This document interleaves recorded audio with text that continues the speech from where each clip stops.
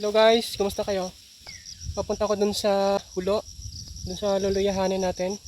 At ito nga, kung naalala nyo, yung isang uploaded video ko na binigyan tayo ng punla ng nyog ni Ate Ming, yung kaibigan, churchmate ni nanay. At natiputot din, binigyan din tayo. So ito na yon, dala ko ulit ngayon. At pagdating ko nga doon, meron akong isang puno doon na may mortality agad, namatay.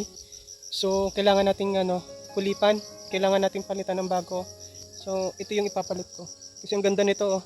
Ang laki ng buo ng ng bunga niya. So itong ipapalit natin. Isang puno lang naman 'yon, pero 4 na puno to. Since papunta na ako doon, dinadala ko na, hinahakot ko na, iniipon ko na. Pagdating doon, 'yun ang gagawin natin.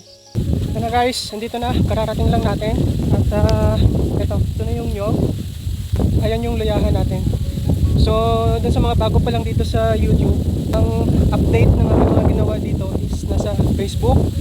At ito yung account guys, paki-follow nyo na lang din. Salamat. At paki-like, comment and share na din yung ating mga uploaded video sa Facebook. At makikita nyo dyan lahat. Mababalikan nyo kung ano yung istorya ng itong mga naging proyekto ko dito sa bundok. Luyahan ko ito. Yan yung first batch ko na, yung may mga kilib na yan. Tapos ayan yung panibagong linis na yan. Ayan yung pangalawang batch ko. So actually, hindi pa rin yan tapos kasi natamnan ko na yan, pero hindi ko pa natatapos ng halo. So itutuloy natin ngayon. Pero bago yon, since yung nabanggit ko nga kanina, meron na agad ako isang mortality na puno ng nyog dito. So papalitan natin ng bago. So ito nga, may dala tayo. So dito tayo kukuha. Isang puno lang naman yon so far.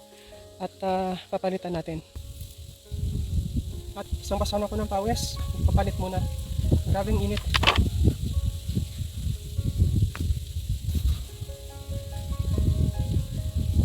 Sana umulan ngayon para yung maitanim kong luya, yung matapos ko na natanim kong luya, mabasa yung ulan mamaya. Kasi sa forecast ng Pag-asa kahapon, kagabi, the news is maulan ang Mindoro, ang Mimaropa, especially ang Mindoro. So sana umulan mamaya. Ngayon kasi medyo makulim din. Parang sana nga umulan.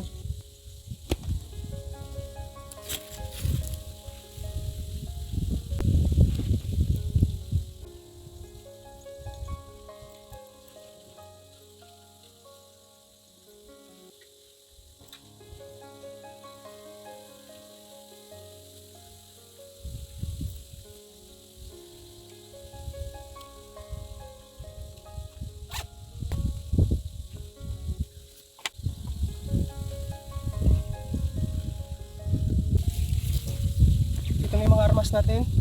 Yung asarol at barita ko, ayan oh. Tapos ito na din yung nyog.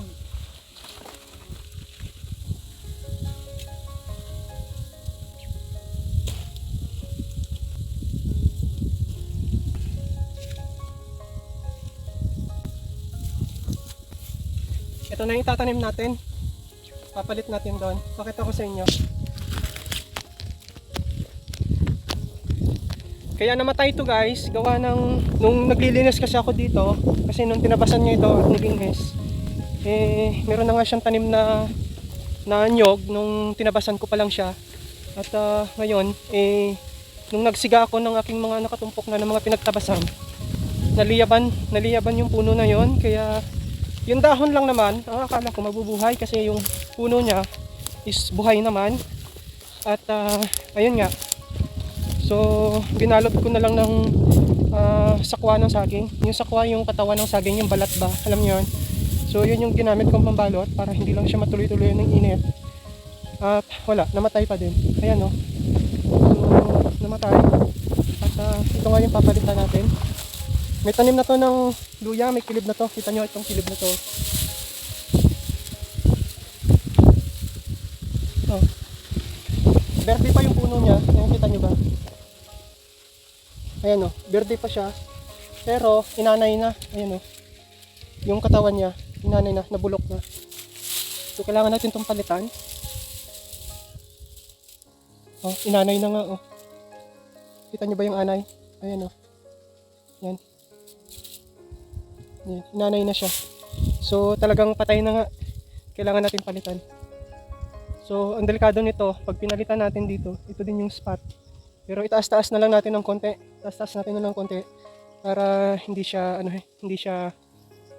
anuhin ng anay. Pero tingin ko kasi magandang klase naman kasi itong punla natin. Ayan ang tibay ng bunot niyan. So hindi naman siguro nasisirain yan. So dito na lang din ulit natin itanim. Taas-taas lang natin ng konti.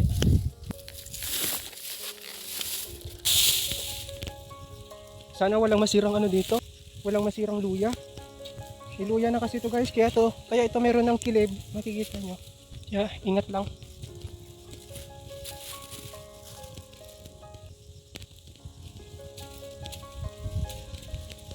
Ang ganda ng lupa. Ang lamig.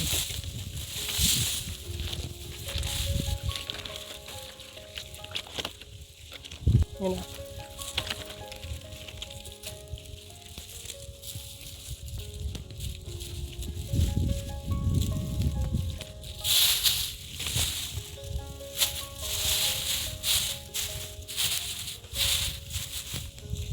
So yan. So doon sa nagbigay nitong punla ng nyog, kay Timeng, salamat At sana sa ulitin, no? Kung may mga magkahulog pa na laay at pagtubuan. So yan, natanim ko na. Pag nagbunga hambal ka langit ng kung gusto mo agad pang bukod Diyos o kung ako salad. Masungkitan ka na kon. So, ayan na. Ayan, natanim na natin. So, yun lang muna guys. At ngayon, tutuloy naman ako dun sa hahaluin kong niiwan kong gawa kahapon. Hindi ko siya natapos kasi naubusan ako ng oras. So, itutuloy ko ngayon. May 3 kilo pa ako natira doon na pinhi ng luya. At isusundo ko din yung aking mga pinikuhan, yung aking mga hahaluin na lupa para may mapagtamnan nga nun.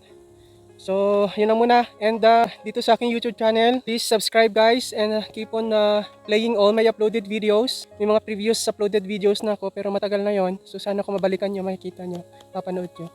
So, yun lang muna. And shout out to all of you and see you in our future vlogs. Bye!